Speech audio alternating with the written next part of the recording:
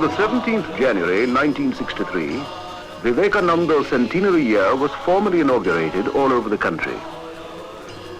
Early in the year, ceremonial processions were taken out in Madras on the occasion.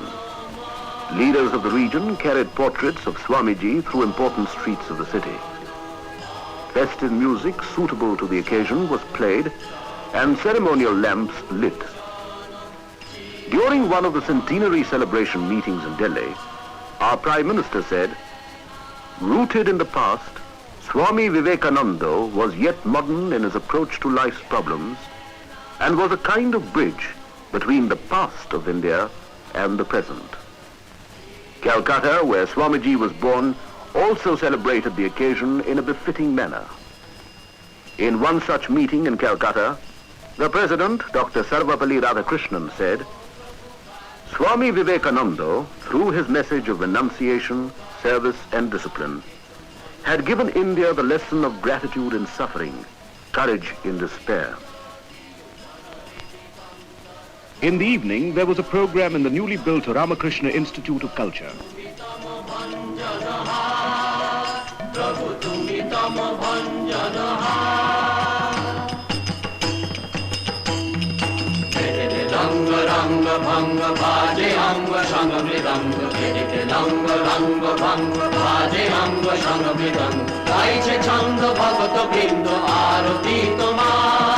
গাইছে ছন্দ ভগত বৃন্দ আরতি তোমার জয় জয় আরতি তোমার হর হর আরতি তোমার শিব শিব আরতি তোমার বন্দন ভাব বন্দন জগ বন্দন বন্দি তোমার।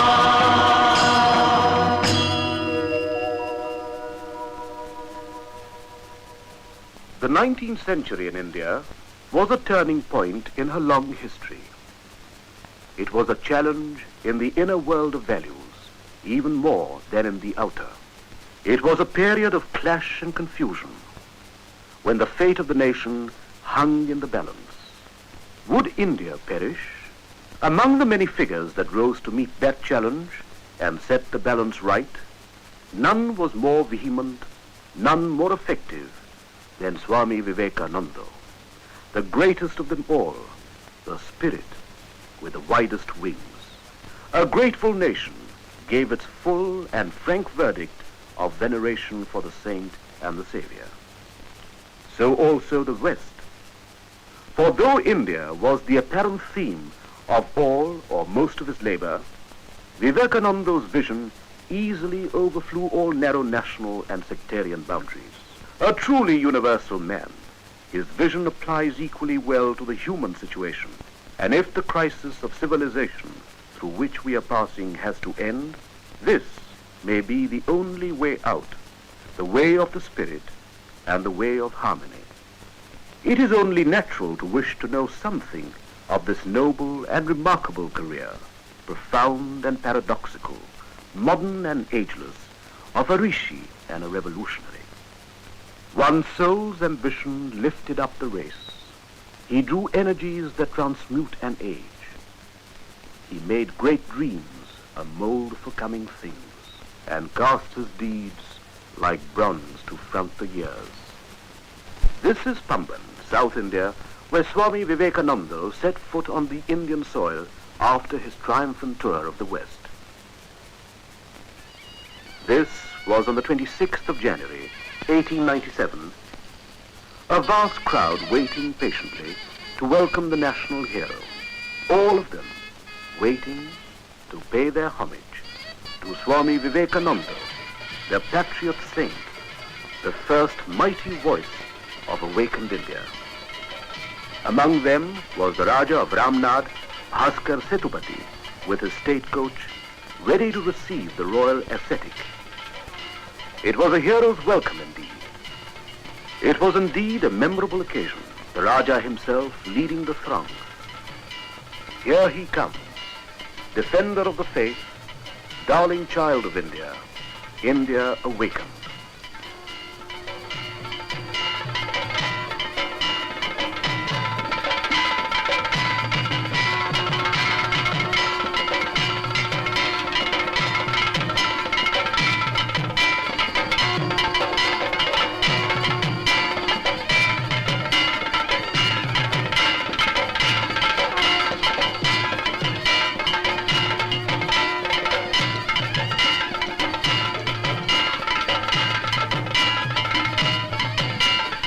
Swami was quite overwhelmed, but he took it with dignity, with humility.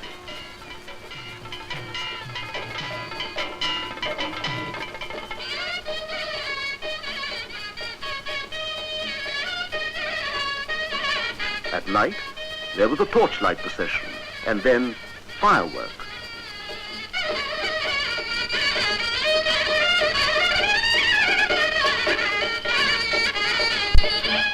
In reply, the Swami said, "This grand reception is made not unto a military general or a politician, a prince or a millionaire, but to a poor, penniless sannyasin.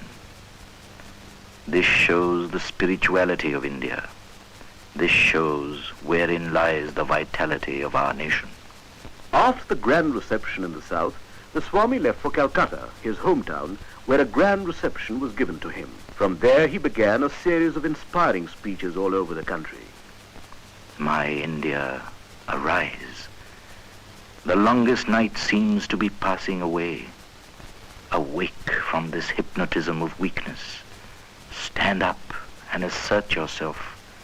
Proclaim the God within you. Religion alone is the life of this country. When that goes, India will die.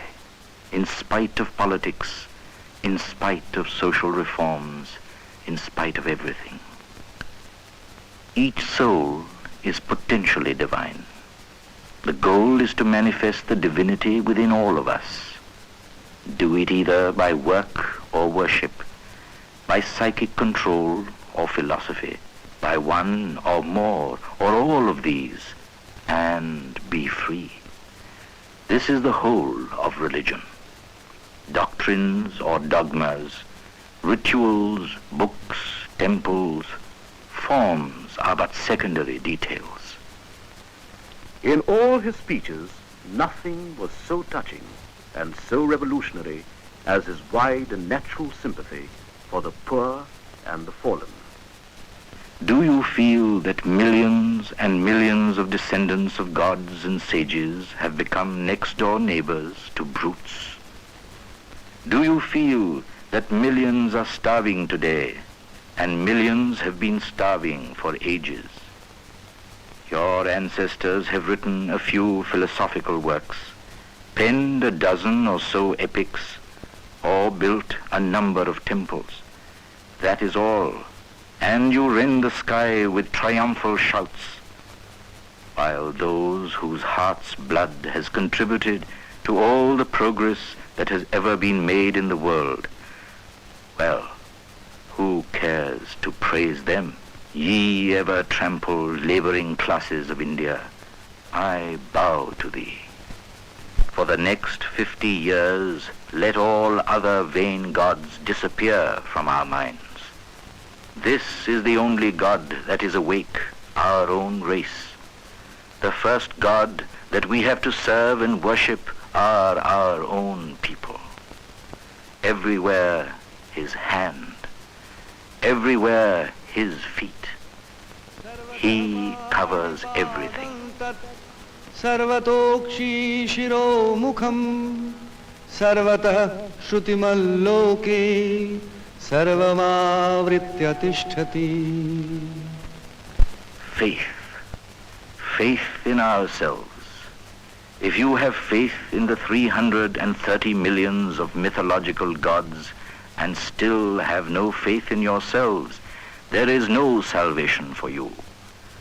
Let us all work hard, brethren. This is no time to sleep. On our work depends the coming of the India of the future.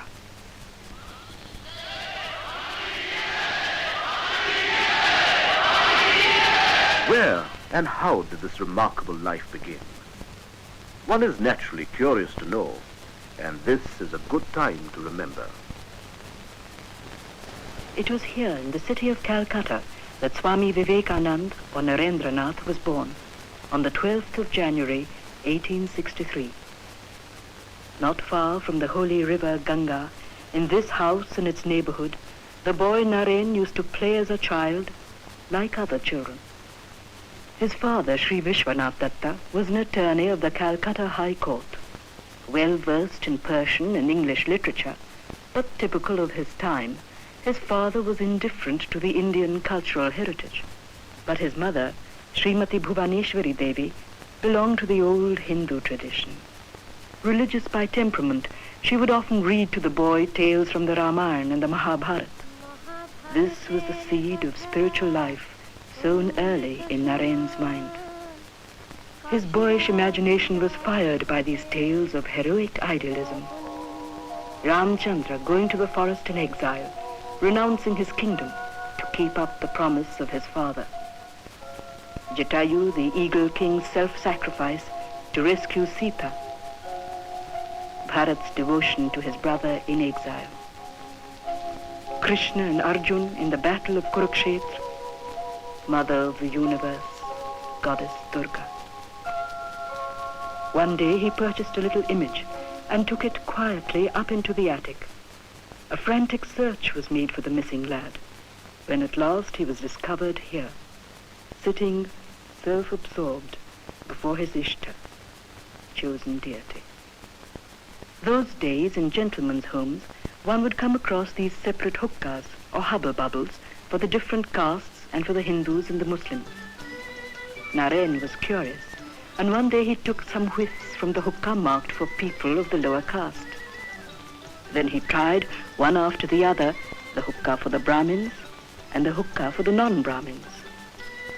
Men are all alike. Then why are the huqqas different?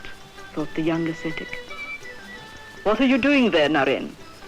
Oh, Father, I'm just trying to find out how one loses caste. But I can't really find any difference. Oh, you devil. So the boy grew up into a brave and brilliant, intellectually alert young man. Reverend Hasty, the principal of his college, who had taught Naren, had this to say about him. I have traveled far and wide, but I have never yet come across a lad of his talents and possibilities. He is bound to make a mark in life. Words that would one day come true. In his student life, he came in contact with the Western intellectual tradition through the works of Kant, Hegel, Hume, and Herbert Spencer, to whom he had once written a letter. The scientific ideas and nihilistic thoughts of Western thinkers shook to their foundation the religious beliefs he had inherited. They raised such a tumult in his mind that he despaired of any final answer. Raja Ram Mohan Rai, the founder of Brahmo Samaj, had broken away from the rituals, the image worship and the priestcraft of orthodox Hinduism. As an intellectually alive young person, Naren could not but be interested. He had joined the Samaj partly because of his sympathy with its program of social reforms. But this did not satisfy his deeper spiritual yearnings. Of a strong, positive cast of mind, he wanted to see the truth, face to face, and not merely hear talks about it. In those days, Keshab Chandra Sen was a renowned orator and religious leader of the Samaj. There were also men like Vijay Krishna Goswami, Shivnath Shastri, and others. They all spoke of a merciful God and delivered sermons learned and beautiful to hear. But Naren's hunger remained. The doubts lingered still. Does God really exist? If so, has he form, or is he formless? Has anybody seen God? Can he be seen? How? In his agony and despair, Naren went round the leaders of different sects in the city and its suburbs. He had a single and straight question. Have you seen God? Have you seen God? Have you seen God? But none could answer. At last he thought of going to Maharshi Devendranath Thakur, the venerable leader of the Brahmo Samaj. Devendranath was then staying in a houseboat on the Ganga. There went Narendranath unannounced. At the time, the Maharshi was in deep meditation when Naren suddenly pushed open the door and stood before him, agitated but respectfully. Sir, have you seen God? No, my boy, but you have the eyes of a yogi. You should practice meditation. If a person like the Maharshi could not give a positive answer, then who could? Was there anything in religion after all? Obstinate questionings racked his youthful soul, but soon relief would come from unexpected quarters. After a few days, one of his cousins, who had been watching his movements, Ramchandra Datto, told Naren, "Naren, if you really wish to lead a spiritual life, you should go to Sri Ramakrishna at Dakshineshwar." What? You ask me to go to that illiterate priest of Kali? What does he know? I have read Kant, Hegel, Hume, Spencer, and you now ask me to go to a man who does not even know how to write his own name. "Naren, what is the harm in a visit?" Ramchandra said. "Even if you do not like the man, you may like the place." Argument indeed. One day, he went to Dakshineshwar and paid a visit to the temple of Kali on the eastern bank of the river, where Ramakrishna was then living. Sri Ramakrishna took to him at once. But Naren had other things on his mind, and after a few preliminaries, he shocked the assembled group by asking his inevitable question. Sir, have you seen God? "Yes, I see him just as I see you here, only in a much intenser way." Yes, yes, God can indeed be realized like that. Not only that, you can talk to him as I am talking to you. For the first time, he was face to face with a man who said openly and without guile that he had seen God and even talked to him. He had met his match, for Ramakrishna, though ignorant in the worldly sense of the term, had crossed the ocean of illusion and realized the supreme truth. He was a Siddha, an avatar, and he had already marked Naren for his own. Here the goddess Kali had revealed herself to her devoted child, Ramakrishna, and bestowed upon him all the divine grace of a transcendental wisdom. Kali, the mother goddess, has often been misunderstood in and out of India. The word Kali is derived from Kal or time. Hence, she is a symbol of death and destruction.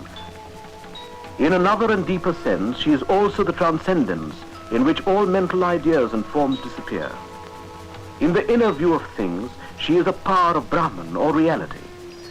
If, in one hand, she holds the severed head, in the other she offers boons and protection.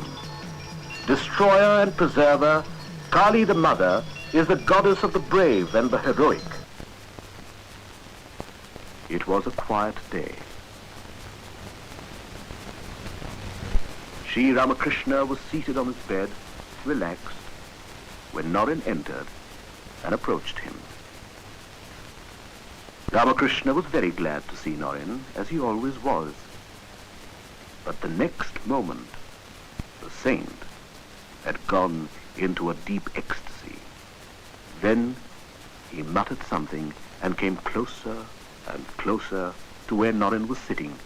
He stood up, still in ecstasy, and touched Naren's body.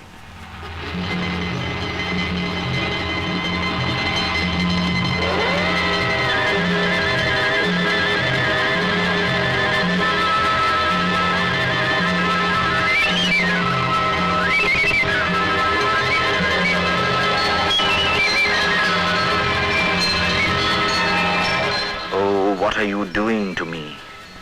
I have my parents at home. All right, all right. Let's rest now. Everything will come in time. And for a while, all was as before. But really, It would never be the same again. The incident, first of a series, amazed Naren. Thereafter, he could not help thinking more and more of Sri Ramakrishna. But he would not give in so easily. A part of his being still questioned. Could this be hypnotism? He wondered. It was something that he could not explain. Anyway, Naren continued to visit Dakshineshwar. At times, he openly ridiculed Ramakrishna, which hurt and shocked the simple devotees. But for all that, he could not deny or resist the unbounded love and childlike simplicity of the saint. It was at this time that Naren, then barely 21, was faced with unexpected difficulties. His father passed away. A large-hearted man, Sri Vishwanath Datta had lived beyond his means and left no savings. Here he is, without rest, without security, on the Maidan in Calcutta. There was nothing he had not tried and failed. At last, Naren went to Sri Ramakrishna and prevailed upon him to appeal to Mother Kali to relieve the distress of his family. To this, Sri Ramakrishna said, "I have never asked for any material gains from my mother. I cannot do that even now. But if you go to the temple this evening and ask for yourself, I assure you, the mother will grant you whatever you ask for." But why will she listen to me? "I say she will," Ramakrishna said. It was evening. Sri Ramakrishna asked Naren to go inside the temple and pray to the mother. He went accordingly.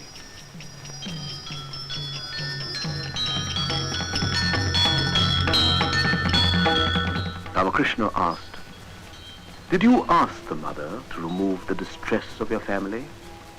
Naren said, Oh no, I forgot. "What did you ask for then?" asked Ramakrishna. I asked for wisdom, devotion, and renunciation. "Go and ask again." Naren went thrice, but every time, like his master, for himself, he could not ask anything. Naren had a fierce intellect. For 6 years he struggled and struggled. But during this period he learned prodigiously. Among other things, he learned from his matchless master or guru. All the rivers flow to the same ocean of supreme being. The goal is the same for all.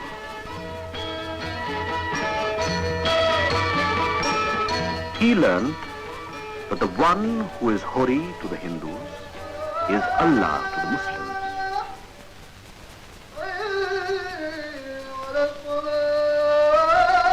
And that the Father in heaven, to whom the Christians pray, is but another name of the same supreme being.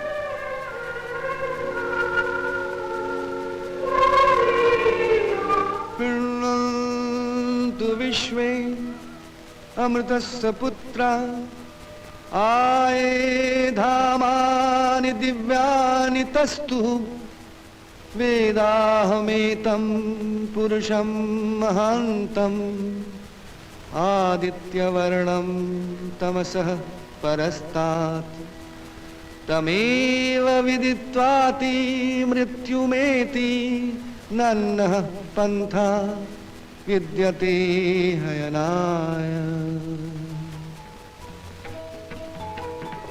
Thus spake Ramakrishna to the disciple he had marked and chosen. To Narendranath, his guru seemed to symbolize India's ageless culture, a living embodiment of all that was best in man and in India. From Sri Ramakrishna, he learnt that religion was not something to be merely talked about, but that it must be realized and lived out. He also learned that unity in diversity was nature's plan, and that India had a message for the world today.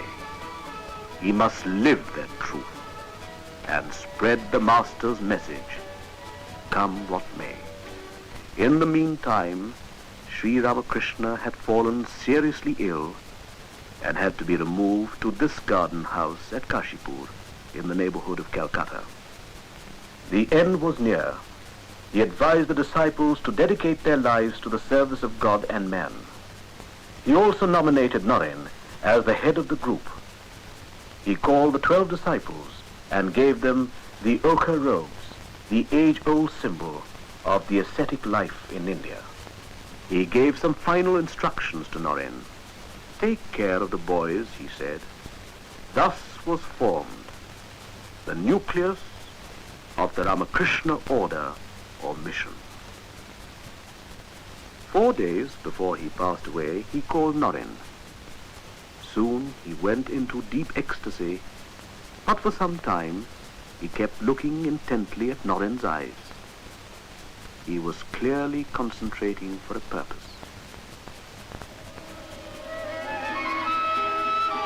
Naren felt as if a subtle force resembling an emanation of electric energy was flowing into his body. Naren, today I have given you all I had. There is nothing of my own left. Now with these you shall carry out great tasks in the world. And on the 15th of August, 1886, the Master passed away. But he had left a successor, trained for mighty deeds. After the passing away of the Master, the young disciples lived in this tumble-down house which no one else would rent.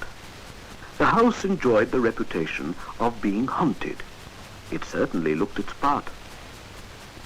For their daily needs, they had to beg from door to door. Not all were as kindly as this lady here. For many days they had just rice and salt, an austere diet indeed. But they did not complain. The brave band was undaunted, and Naren kept the group going valiantly and patiently towards wider horizons of service, sacrifice, and fulfillment of the Master's wishes. Soon a break came. In India, it is customary to go on pilgrimage. The Swami felt the urge, and for some time he became a wandering monk or parivrajika. For him, it was a new experience of India and her people, and must have sharpened his sense of mission. In 1881, he left Calcutta. He first went to Benares or Varanasi, the heart of religious Hindustan. Holy its air, holy the very dust of the city of Shiva. In the temple of Vishwanath, he glimpsed eternal India, ageless, the same forever. They come from all over the country, speaking different languages, following different customs. Here, the Swami could feel the source of Indian unity, the unity of culture and religion, her wide toleration and deep understanding of the ways of the spirit. Sometimes in the evening, the young Swami would sit here on the river ghat.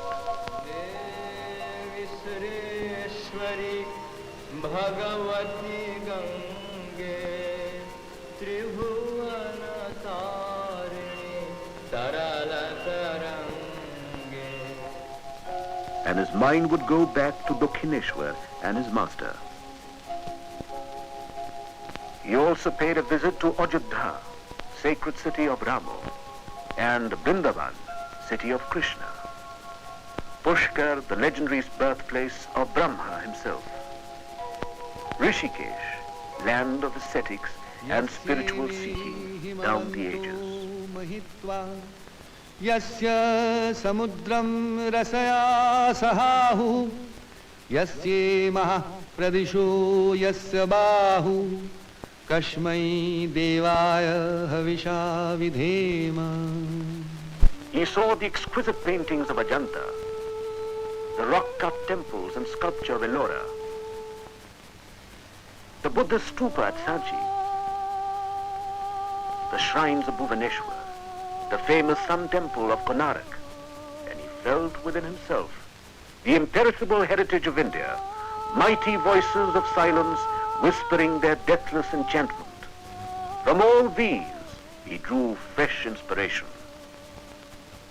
Hastinapur or Delhi, where the fate of so many empires has been decided at one time or the other, rich in Mughal remains, forts, turrets, mosques, palaces, the splendor of its architecture impressed the Swami. Taj Mahal, splendid symbol of the love of Shah Jahan for his beloved Mumtaz Mahal, a lover's gift, a poem in marble. He visited Fatehpur Sikri, the dream city of Akbar, where the emperor had nursed hopes of a universal faith in Din Ilahi.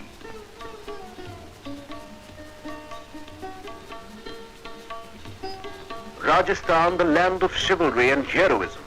Its capital, Jaipur, is the first planned city of India. In this city, Swamiji stayed for months to take lessons in Panini from the Pandit of the royal court. The fort at Amer, a landmark in medieval history.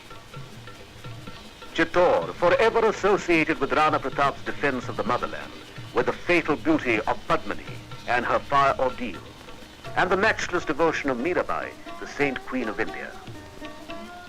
Famed lake city of Udaipur, proud relic of resistance and martyrdom of the Rajputs and their sense of beauty and bravery. A splendid past indeed. But India today was more like a ruin. Today she lived in miserable huts and holes, in city slums. The glories of the past meant nothing to these people. They were at best memory's mockery, a consolation prize for cards and do nothing. Everywhere he saw the plight of the masses of India, despised by priests, oppressed by heartless landlords, exploited by generations of money-lenders. Every year, the flood came. Everywhere people were dying of poverty, of famine and flood. The nation had been reduced to rags, no hope anywhere, while only a few enjoyed the good things of life. Not a moment of his waking life when he did not think of his poor countryfolk and of what man had made of man. It was not merely lip sympathy. He lived with them and found spiritual treasures in their midst. He slept in stables where no gentleman ever set his foot. He lived on the pallets of beggars, sharing their life. The words of his master came back to him again and again. Religion is not for the empty bellies.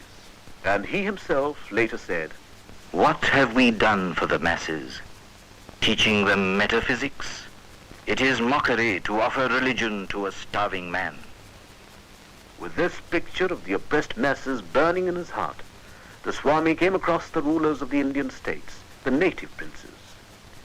In the course of his travels, he met the Raja Ajit Singh of Khetri, the Maharaja Mangal Singh of Alwar, the Maharaja Chamarajendra Vadiyar of Mysore, and the Raja Bhaskar Setupati of Ramnad, and many others.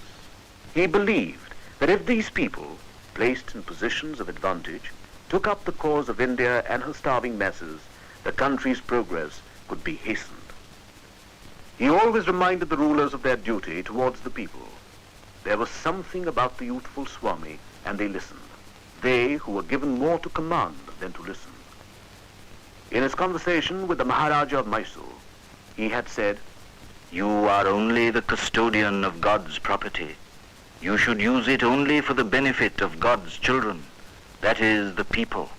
The Maharaja of Mysore was inspired to introduce necessary reforms in his state. These encounters were not without their dramatic moments.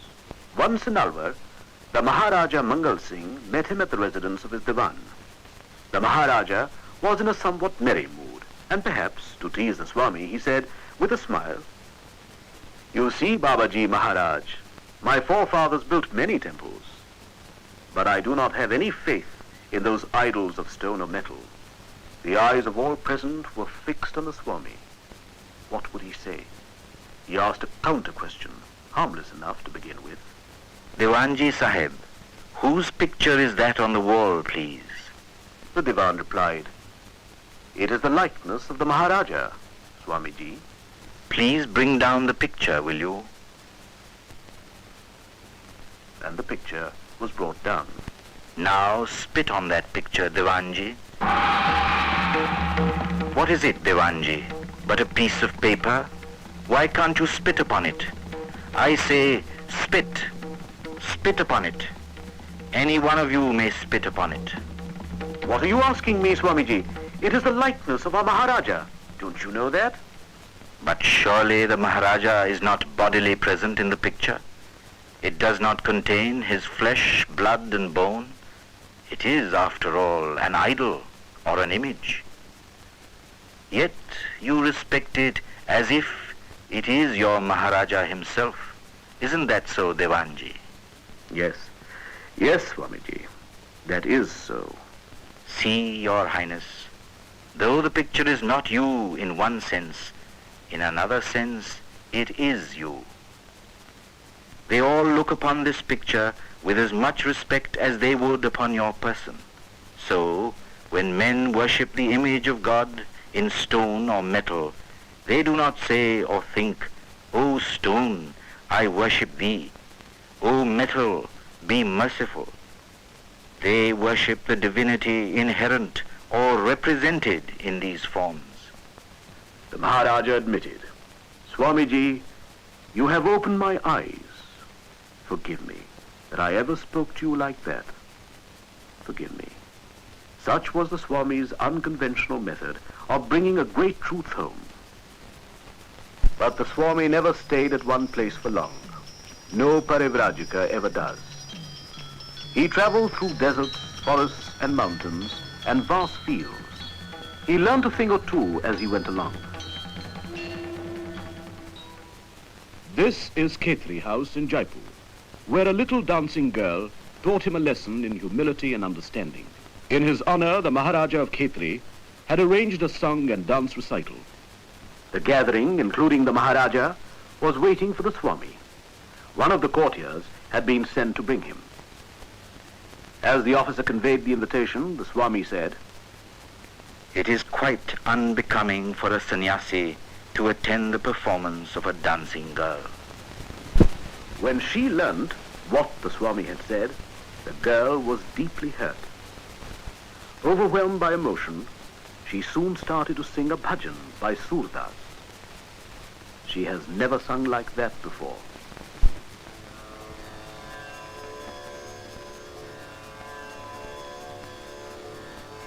प्रभु मेरो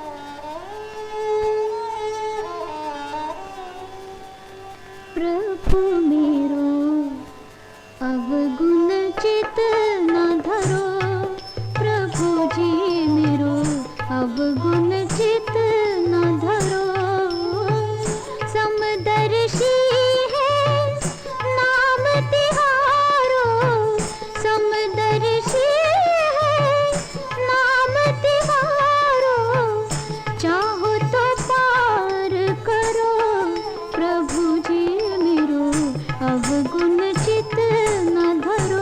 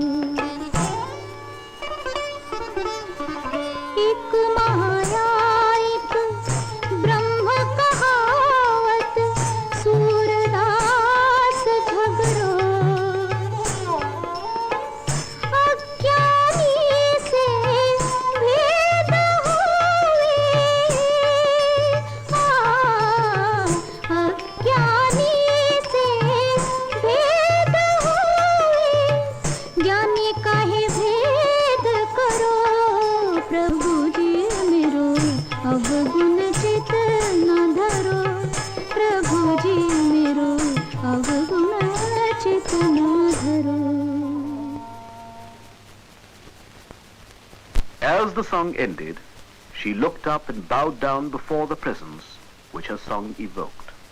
Swami's reserve was broken. He spoke to the girl with humility and admiration. Mother, I beg you to forgive me. You have opened my eyes.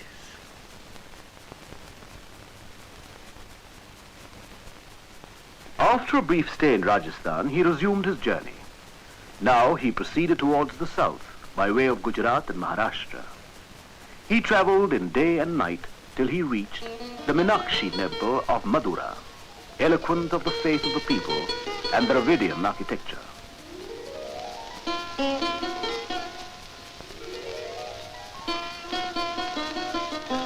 And further beyond to famed Kanyakumari, the Virgin Goddess and her temple. There he prostrated himself before the goddess. After a time he came out to the sea beach, where the waves tossed and tumbled. But a greater tempest was going on in his mind. He looked at the rock, the last jutting point yonder into the sea, and swiftly swam across the waters, and soon reached the rock that now bears his name, Vivekananda Rock. There the panorama of Indian life and history flashed through his mind, a record of glory and shame, of past splendor and present wretchedness. The whole of India passes before his eyes. India, right from the ideal kingdom of Rama, Sri Krishna at Kurukshetra, the penance of Buddha, Emperor Ashoka, the ancient University of Nalanda, Shankaracharya, Guru Nanak, Chaitanya Mahaprabhu, and then the foreign invaders, the Huns, the Mongols,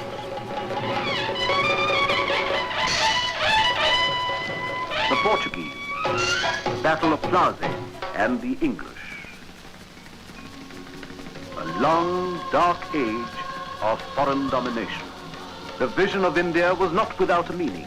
There was work for him to do, not merely to contemplate the unchanging and the everlasting. The present called him urgently. It was not religion that had been the cause of the country's downfall. Indeed, true religion was nowhere being followed. How to raise the nation, the once mighty nation, the nation that still dared to dream of God and Godward ways. He raised his eyes to the ocean. The image of his master floated back, giving him new hope and a sense of direction. He would appeal to the world on behalf of India. He would go to America. The East and the West, the new and the old, must know each other and help each other. Another chapter was opening in his and the world's history. On May the 31st, 1893, the Swami sailed for America by way of the Pacific. But he had no fixed idea or program. It was a leap into the unknown. He had heard vaguely about a parliament of world religions to be opened someday somewhere in America. He sailed by way of Ceylon, Penang, Singapore, Hong Kong, Nagasaki, Kobe, and then traveled by land to Yokohama to board the ship again. Artistic and industrial Japan impressed him. Inspired by the example of this newly awakened Asian country, he wrote to his friends and disciples in Madras. Come out of your narrow holes and see how the nations are on the march. India wants the sacrifice of her young men, mind you, not brutes. Sympathy for the poor, bread for the hungry mouths, enlightenment for the people at large, and struggle unto death to make men of those who have been brought to the level of beasts by the tyranny of your forefathers. He reached America, the land of hope and liberty, and the venue of the Parliament of Religions in Chicago. On inquiry, he came to know that the Parliament of Religions would not be meeting till September. And as he had no references or credentials from a recognized organization, he could not be enlisted as a delegate. But, completely alone and without any resources, he was finding it hard to cope with Chicago's high cost of living. He decided to go to Boston, which was cheaper. In Boston, he stayed as a guest of Miss Kate Sanborn. and it was there that he met Professor John Henry Wright of Harvard University.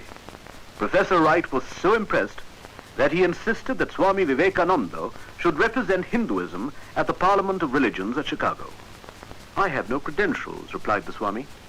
Professor Wright was surprised at this, and he said, "To ask you, Swami, for your credentials is like asking the sun about its right to shine." On his own, Professor Wright gave him a letter of introduction to the president of the committee, the Parliament of Religions. In that letter he wrote, "He is more learned than all our learned professors put together." Vivekananda reached Chicago from Boston late in the evening. His troubles were not yet over. On the way, he had lost the address of the office of the committee for the Parliament of Religions, and he had no money. Unable to find any other way of passing the night, he stayed like this, in a boxcar in the railroad freight yard. He walked along Chicago's fashionable Lake Shore Drive. Hungry and weary, he knocked at several doors, but these would not open. Completely worn out, he at last sits down on the sidewalk, not knowing which way to turn. And then, suddenly his luck turned. From a window on the other side of the road, a lady saw him. Excuse me, are you a delegate to the Parliament of Religion? The good lady was Mrs. George W. Hale.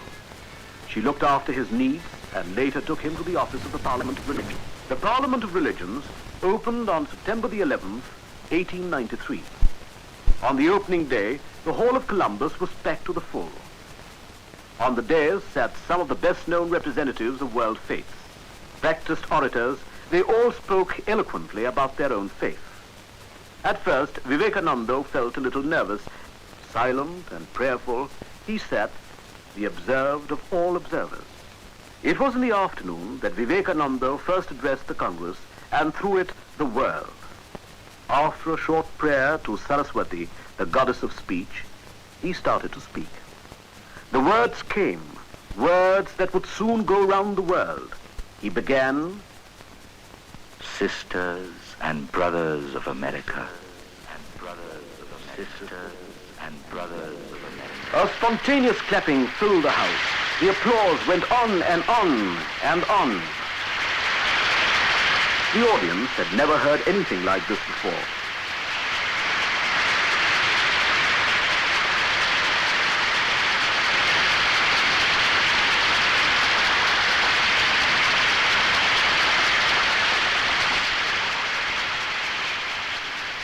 Sisters and brothers of America, I thank you in the name of the most ancient order of monks of the world. I thank you in the name of the mother of all religions. I thank you in the name of millions and millions of Hindu people of all classes and sects. I am proud to belong to a religion which has taught the world both tolerance and universal acceptance. We believe not only in universal toleration, but we accept all religions as true. Here are a few lines which are repeated every day by millions in my country. Ruchinam Vaichitrat Rijukutilana Pathjusham Nrinameko Gamyastvamasi Paisam Arnavaiva. As the different streams reach the sea, the different paths that men take through their different tendencies all lead but to thee. It did not matter what else he said. The audience was at his feet. Vivekananda had come, he had spoken, and he had won. Upon the banner of every religion will soon be written, in spite of resistance, help and not fight, assimilation and not destruction, harmony and not dissension. The Swami had not come to criticize only. His admiration of the new world was frank and unstinted. Hail, Columbia, the motherland of liberty. It has been given to thee to march as the vanguard of civilization with the flag of harmony. His speech had been like a tongue of flame. Everybody else was forgotten by his commanding and spectacular performance. The papers were full of him. They wrote, "He is undoubtedly the greatest figure in the Parliament of Religion. After hearing him, we feel how foolish it is to send missionaries to this learned nation. He was a hit of the season, even if they could not spell his name correctly." A picture of Swami Vivekananda, called the Hindu monk, was displayed on the streets of Chicago. People passing by paid instinctive homage to the presence. Previously, he had nearly succumbed to poverty. Now it was an opposite danger. He was about to be smothered by riches and attention. At night, he could not sleep on the soft bed that had been prepared for him. Rolling on the ground and thinking of his countrymen and their lot, he cried, "O Mother, what do I care for name and fame when my people and my motherland are sunk in the utmost poverty? Show me, O Mother, how best I can help them." To be able to serve the cause of his unfortunate country, he accepted the offer of a lecture bureau. He thought that through the lecture bureau, he could spread his ideas more effectively. He toured extensively. As India's first unofficial ambassador, he placed India and all that was best in her culture before the modern world. But it was not all roses. His sudden success had given rise to jealousies. For a long time, slander and persecution followed him like a black shadow. In the end, it all died a natural death.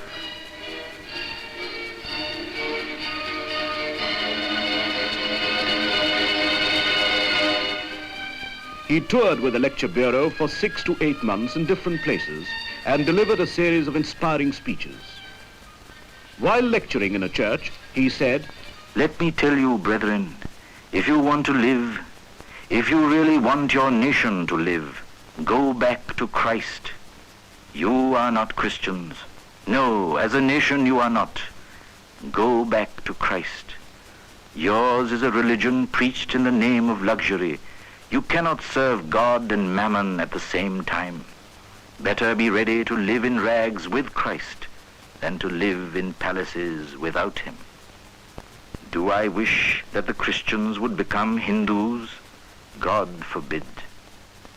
Do I wish that the Hindus or Buddhists would become Christians? God forbid. The Christian is not to become a Hindu or Buddhist, nor a Hindu or Buddhist to become a Christian, but each must assimilate the spirit of the others and yet preserve his individuality and grow according to his own law of growth. But he soon cut off all connections with the lecture bureau and began to speak, free of any charges, an unusual thing to do in the United States. Soon he became the friend of eminent men and women like Professor William James of Harvard, great scientists like Nikola Tesla and Lord Kelvin, philosopher Ingersoll, John D. Rockefeller Sr., Leo Landberg, Francis and Betty Leggett, Sister Christine, Mrs. Olibull, with Mr. J.J. Goodwin, who gave his all for the Swami's cause, and Mrs. Ella Wheeler Wilcox, the noted American author, Madame Emma Calvé, the great opera star of the two continents. At the time, she was passing through an emotional crisis. She even tried to take her own life.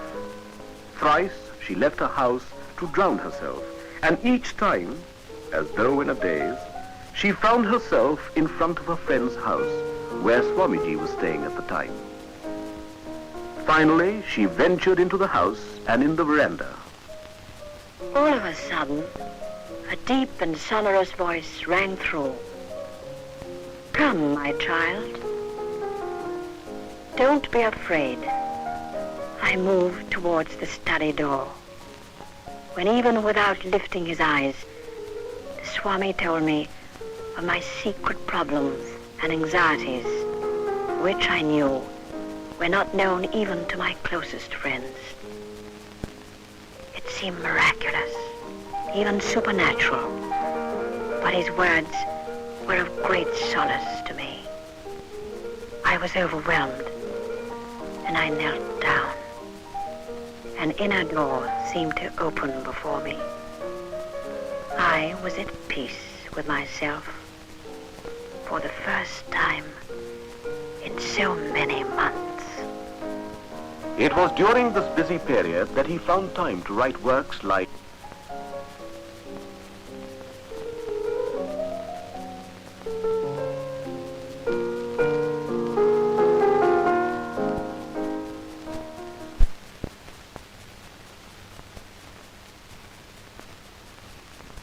This is the summer cottage in the Thousand Islands Park on the river St. Lawrence.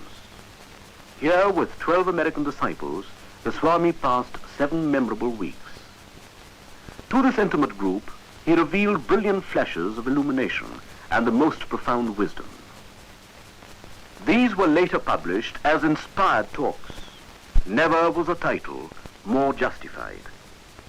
After he had stabilized his work in America, he turned to Europe briefly. This is London, 1895, where the Swami spent some time meeting and talking to people and giving them a better idea of Vedanta. His greatest acquisition in England was without doubt Miss Margaret Noble, a name that will always be remembered with gratitude while India lasts. England also gave him Mr. and Mrs. Sevier. The couple donated all their life savings to the cause and made India their second home. After 4 years of travel and ministry to different countries of the West, Swami Vivekananda was returning home with some of his disciples. Yes, the tour had been a success, a triumph. He had hoped to find his militia ready for his word of command. But never did he expect that the whole nation, the people of India, would rise to a man and give him a welcome, the like of which has never been seen before or after. The brilliant speeches which he gave all over the country spelt hope and courage. Men everywhere heard these as in a dream. Awake, arise, and stop not till the goal is reached. So long as millions live in hunger and ignorance, I hold every man a traitor who, having been educated at their expense, does nothing for them. Let the new India arise out of the peasants grasping the plough, out of the huts of fishermen, the cobbler, the sweeper. Let her spring from the factory, from hills and mountains. They have suffered eternal misery, which has given them unflinching vitality. Give them only half a piece of bread, and the whole world will not be big enough to hold their energy. Such was Swami Vivekananda's burning faith in the people, in the future of India. But the Swami was exerting himself too much. The sands were running out. Did he have a prevision of his coming end? On May the 1st, 1897, he called a meeting of the monastic order and the lay devotees of Sri Ramakrishna.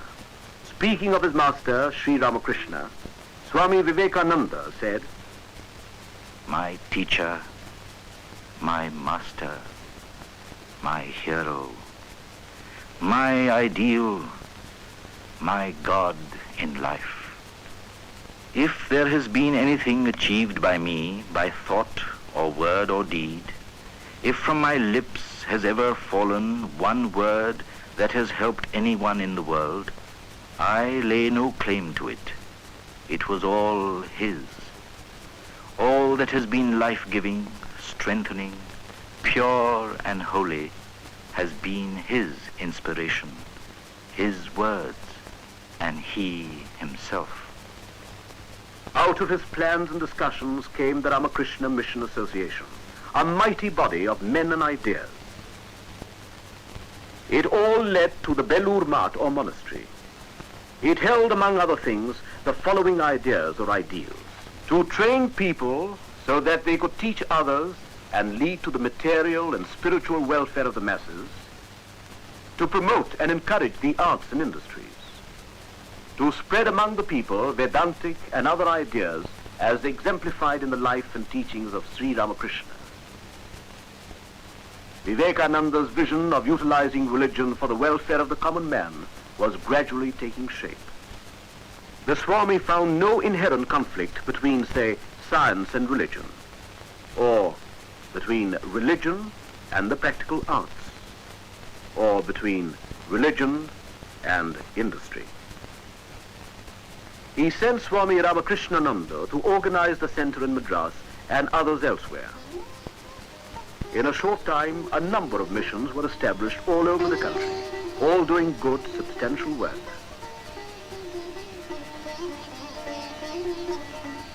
Nor did he forget the West. He sent Swami Saradananda and Swami Abhedananda to carry on the Vedanta teaching in the West. Thus, several active centers came into existence in New York, San Francisco, Hollywood, Tobacco Canyon, Los Angeles, London, Paris, and elsewhere. But Swami Vivekananda not only sent people abroad, he welcomed a few home and trained them for work. The most outstanding of these was Miss Margaret Noble from England, the first Western woman to be received into an Indian monastic order. The Swami gave her a new name, Nivedita, or the dedicated one. Never was a name more justified. She soon started a school for girls. At first, not many came, though the teaching was free. Later, it became an institution. This is how the school looks today, one of the best and a fitting memorial to Sister Nivedita's work for Indian Jews. But the Swami's health was causing anxiety. The strain had begun to tell. His Western disciples suggested a trip to America. He went, but there was no rest in his vocabulary. His health did not improve, and he returned to India unannounced. In spite of his shattered health and living under serious restrictions, he had little or no rest. Visitors from all over India and abroad came to see him constantly. One of these was Mahatma, or Mr. Gandhi from South Africa. Unfortunately, the Swami was then not at Belur, and the two could not meet. What a loss, my countrymen. Once Pandit Sakharam Ganesh Deuskar, well-known editor of Hitavadi, came to see him with a few friends. Coming to know that one of them was from the Punjab, the Swami started to speak about the food situation there, which was then acute. It was a short interview. At the time of leaving, one of the gentlemen expressed a regret. Sir, we have come with great expectations to hear some religious talks from you. Unfortunately, our conversation was taken up with commonplace matters. At this, the Swami turned grave and said, Is the concern over my people a commonplace matter? Sir, so long as even a dog in my country remains without food, to feed and take care of him is my highest duty. Anything else I consider as non-religion or false religion. Swami Vivekananda thought not only about the men of India, but he had given deep and anxious thoughts to the problems of Indian women. A bird cannot fly with only one wing, he used to say. He looked upon Sharada Devi, the consort of Sri Ramakrishna, as the ideal of Indian womanhood. He dreamt of a convent to be run on the lines of the monastery at Belur. He did not live to see the dream come true, but now the convent, Sharada Mat, is a reality.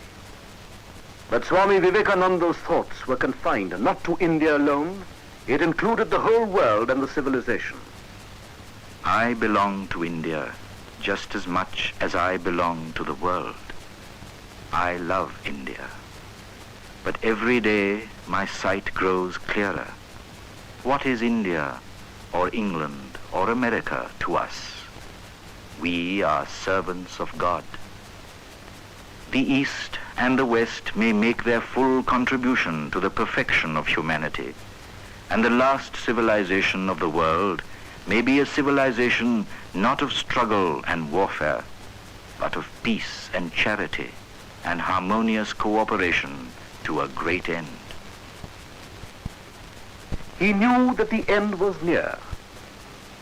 On July 4th, 1902, The 11th day of the moon, he fasted, following the orthodox rule. That day, he insisted on serving the meal to his disciples. After the meal was over, the Swami stood by to pour water on the hands of the disciples. At this, Nivedita protested. It is we who should do these things for you, Swamiji, and not you for us. But Jesus washed the feet of his disciples. It was the last time.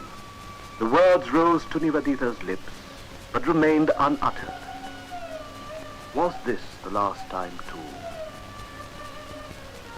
At 7 o'clock in the evening, the bell rang for worship in the chapel. But the Swami went into his room, where he spent some time in solitary meditation. Then he went into deep samadhi and cast off the body like a worn-out gown. Swami Vivekananda had passed away, or, as we say, he had given up the body. Gloom and desolation fell upon the monastery.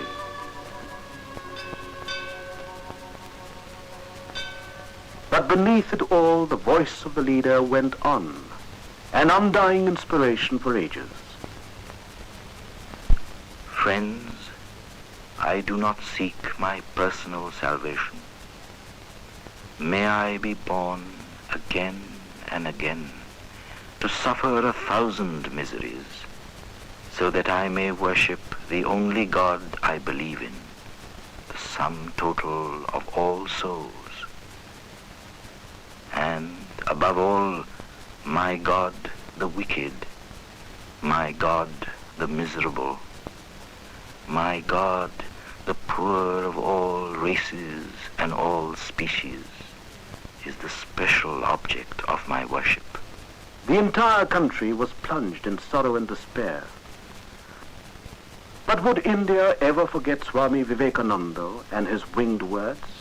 The future would tell. 3 years after Swami Vivekananda had passed away, the revolt of Bengal in 1905 was a prelude to the All India movements.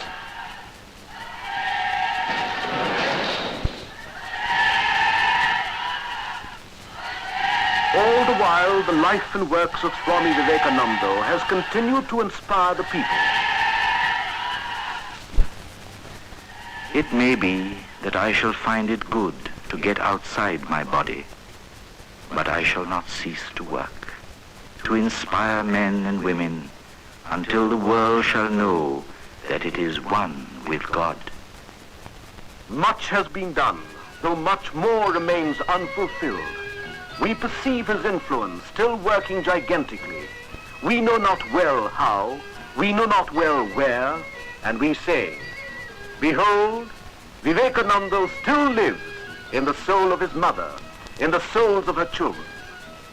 Across the ages sounds his call, the call of India and of the world's unborn soul.